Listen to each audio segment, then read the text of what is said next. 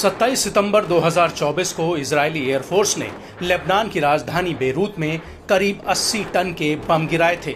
ये बम बंकर रोधी थे,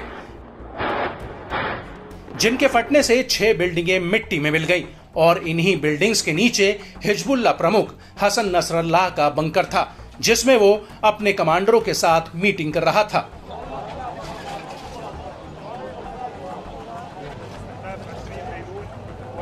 लेकिन बड़ा सवाल यह है कि इजराइल को हिजबुल्लाह चीफ की सटीक लोकेशन के बारे में पता कैसे चला। तो हम आपको बता दें कि इसको लेकर फ्रांस के अखबार ले पेरिसियन ने अपनी एक रिपोर्ट में खुलासा किया है कि एक ईरानी जासूस ने हसन नसरल्लाह की लोकेशन के बारे में आईडीएफ को खबर दी थी, जिसके बाद आईडीएफ ने उस लोकेशन पर ताबड़तोड़ बमबारी कर दी।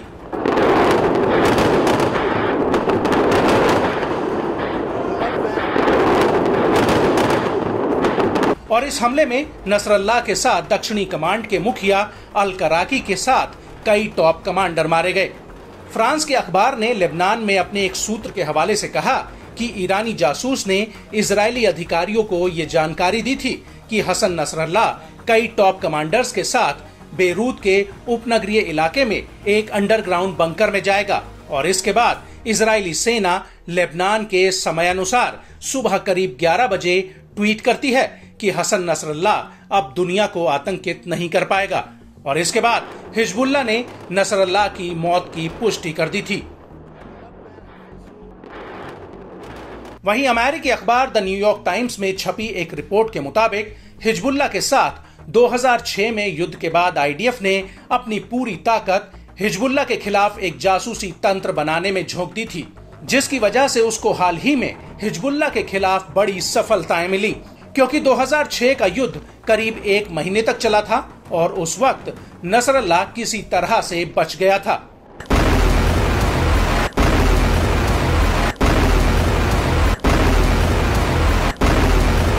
और इसके बाद ही इजराइल ने अपने काफी संसाधन हिजबुल्लाह के खिलाफ एक जासूसी का जाल बिछाने में खर्च किए थे। आईडीएफ की यूनिट 8200 सिग्नल एजेंसी ने हिजबुल्लाह के सेलफोन और अन्य संचार साधनों को इंटरसेप्ट करने के लिए बेहद ही ताकतवर टूल बनाए।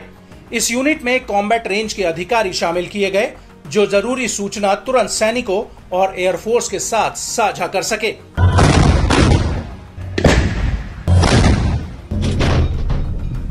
न्यूयॉर्क टाइम्स का कहना है कि नसरल्लाह को मारने का फैसला हाल के दिनों में लिया गया और अमेरिका को ये बात नहीं बताई गई, क्योंकि इजराइल को डर था कि कहीं अमेरिका को बताने से नसरल्लाह को मारने का मौका हाथ से न निकल जाए। लेकिन हैरान करने वाली बात यह है कि इजरायली अधिकारी हिजबुल्लाह के साथ सीज फायर पर अमेरिका के साथ बातचीत कर रहे थे और उधर पीएम नेतन्याहू यूएन महासभा में भाषण के लिए अमेरिका पहुंचे थे और नेतन्याहू ने यूएन में अपने संबोधन में कुछ ही समय पहले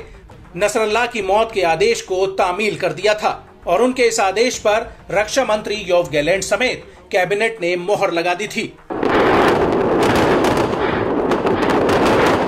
और इस हमले की सूचना अमेरिका को उस वक्त दी गई जब इजरायली लड़ाकू जेट्स नसरल्लाह को मारने के लिए हवा में उड़ान भर चुके थे और इसी दौरान नेतन्याहू अमेरिका के साथ लेबनान में सीज फायर पर बातचीत कर रहे थे। लेकिन जैसे ही अमेरिका को ये खबर लगी तो उसे ऐसा महसूस हुआ कि इजराइल ने उसे गुमराह किया है।